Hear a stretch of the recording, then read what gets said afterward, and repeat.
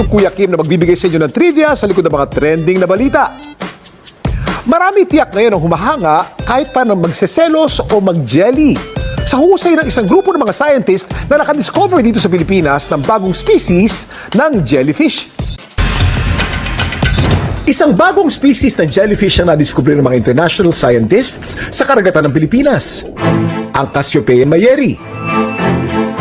At ang bagong pangalan ng isa pang species na Cassiopeia culiensis.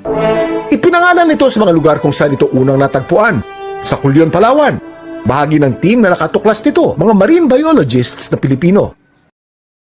Nakarating na kami ng Quezon, Cebu, Bohol, Lapu-Lapu, Capiz, Iloilo. Yun ang mga puntahan namin at grabe, dito lang pala namin siya makikita sa lugar ng Masbate.